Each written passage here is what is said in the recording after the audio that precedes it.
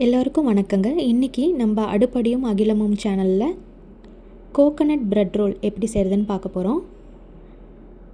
இதில் வந்துட்டு நம்ம ட்ரை ஃப்ரூட்ஸ், கோகோனட் எல்லாமே சேர்த்து பண்ணியிருக்கோங்க. ஸோ நீங்கள் இதை கிட்ஸுக்கும் கொடுக்கலாம், ரொம்ப டேஸ்டியாக இருக்கும். வாங்க எப்படி செய்கிறதுன்னு பார்க்கலாம். முதல்ல வந்துட்டு உள்ளே இருக்க ஸ்டஃப் ரெடி பண்ணுறதுக்காக ஒரு பவுலில் வந்துட்டு கொஞ்சம் பிஸ்தா எடுத்துக்கலாம், பாதாம்,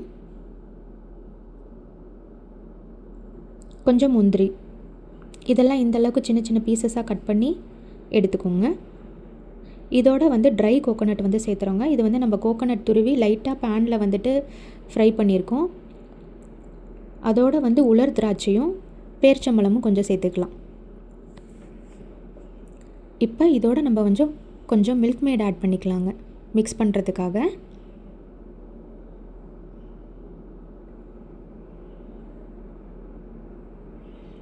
இந்த அளவுக்கு நீங்கள் மிக்ஸ் பண்ணி இந்த கன்சிஸ்டன்சியில் எடுத்துக்கோங்க. எடுத்ததுக்கப்புறம் இந்த மாதிரி நம்ம ஸ்டஃப் வந்து எடுத்து வச்சுக்கலாம் ரோல் பண்ணிவிட்டு. இப்போது நம்ம இது பண்ணுறதுக்காக வீட் பிரெட் எடுத்துருக்கோம். நீங்கள் வந்துட்டு நார்மல் ஒயிட் பிரெட்டில் கூட பண்ணலாங்க. ஸோ இதில் வந்துட்டு சைட்ஸ் எல்லாம் இந்த மாதிரி கட் பண்ணி எடுத்துக்கோங்க.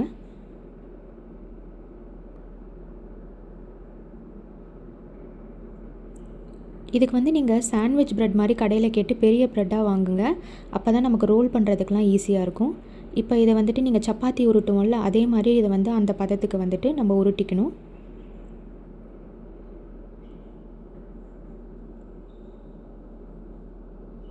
இப்போ அதுக்குள்ளே நம்ம ஆல்ரெடி ப்ரிப்பேர் பண்ணி வச்சுருக்க ஸ்டஃப்பை வைங்க. வச்சுட்டு ப்ரெட்டை இந்த மாதிரி ரோல் பண்ணுங்கள். ரோல் பண்ணும்போது அந்த ஒட்டுற இடத்துல வந்து ஒரு வேளை உங்களுக்கு ஒட்டலை அப்படின்னா நீங்கள் லைட்டாக அதில் தண்ணி விட்டுக்கலாம். அந்த இடத்துல தண்ணி வச்சு நீங்கள் ஒட்ட வச்சிங்கன்னா நல்லா இந்த மாதிரி ரோல் வந்து ரெடி ஆகிடும்.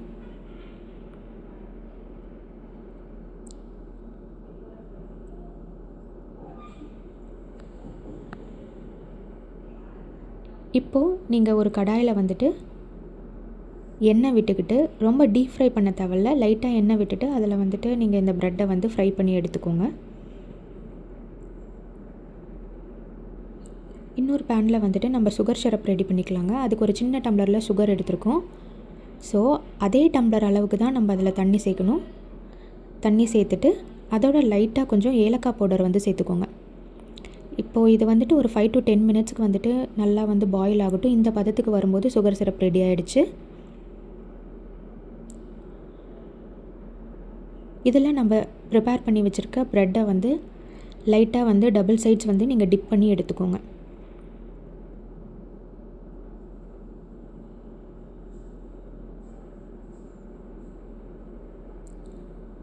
டிப் பண்ணி எடுத்திங்கன்னா நம்மளோட சுவையான கோகோனட் பிரெட் ரோல் ரெடி. இதோடு நீங்கள் வேணும்னா மில்க் மேட் வந்து சேர்த்துக்கலாம், ரொம்ப டேஸ்ட் நல்லாயிருக்கும். இதை எல்லாருமே உங்கள் வீட்டில் ட்ரை பண்ணி பாருங்கள். மீண்டும் ஒரு நல்ல வீடியோவோடு உங்களை சந்திக்கிறோம். நன்றி.